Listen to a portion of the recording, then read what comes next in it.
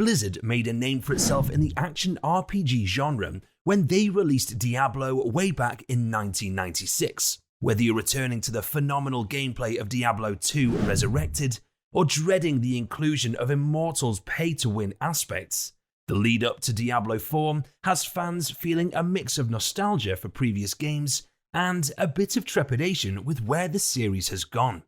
Regardless, let's take a walk down memory lane and look at one fact about each Diablo game. But before we get into the video, if you enjoy the content here, make sure you do hit that subscribe button and turn on notifications. Getting back to the video, Diablo 1 was going to be made with claymation. Claymation is a unique form of animation wherein clay or other moldable materials are used to create figures and characters that can be reshaped per frame of a stop-motion video. There have been early video games that used this method to create intriguing visuals for their gameplay experiences. Primal Rage, a 1994 arcade classic, featured this animation style for its 2D fighting gameplay. The game was influential enough that the developers at Blizzard almost modeled the characters in a similar style for their upcoming game Diablo. The backgrounds would have remained unchanged, but there was a possibility once that the characters and enemies of the game would have been rendered in clay rather than pixels. The team at Blizzard ultimately decided against using claymation because the cost to create every enemy and character in that style would have been too high. Would that have also included food coloring from the game's buckets of blood? There's no way of knowing, but the game may have ended up feeling more like Wallace and Gromit than a dark fantasy action game. Diablo 2. Marius's journey bears a lot of similarity to the Lord of the Rings story.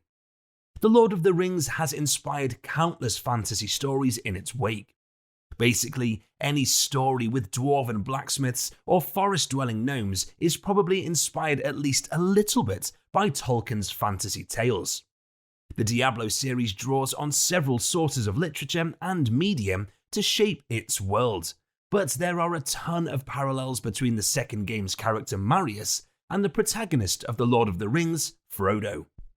For one, they both receive directions from higher beings to destroy a magical artifact.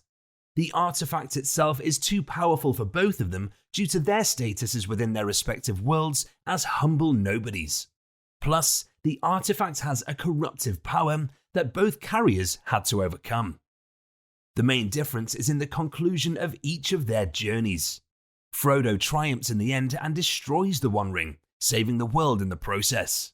Marius, on the other hand, failed his journey and was driven to the brink of madness. Classic Diablo horror right there. Diablo 3's devs cried for help in the form of 2 hidden dungeons. The developers at Blizzard love including little anecdotes and Easter eggs within their games. The main screen of Diablo 1 has Natalie Portman rocks hiding behind brightness settings, while Diablo 3 also featured Deadmau5's famous helmet as a piece of gear. But there's actually a pretty large hidden secret in Diablo 3. It comes in the form of 2 randomly spawning dungeons. One was called Development Hell, referring to the abnormally long periods of game development.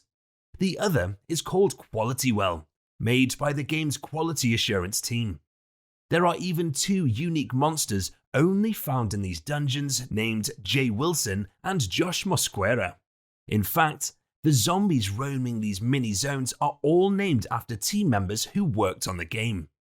They don't spawn often, with there only being around a 1% chance of either dungeon appearing.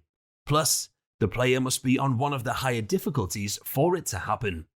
It seems the devs hoped devoted fans would hear their cries for help and put their digitally zombified selves out of their misery. Diablo Immortal was Metacritic's #1 most discussed PC game of 2022.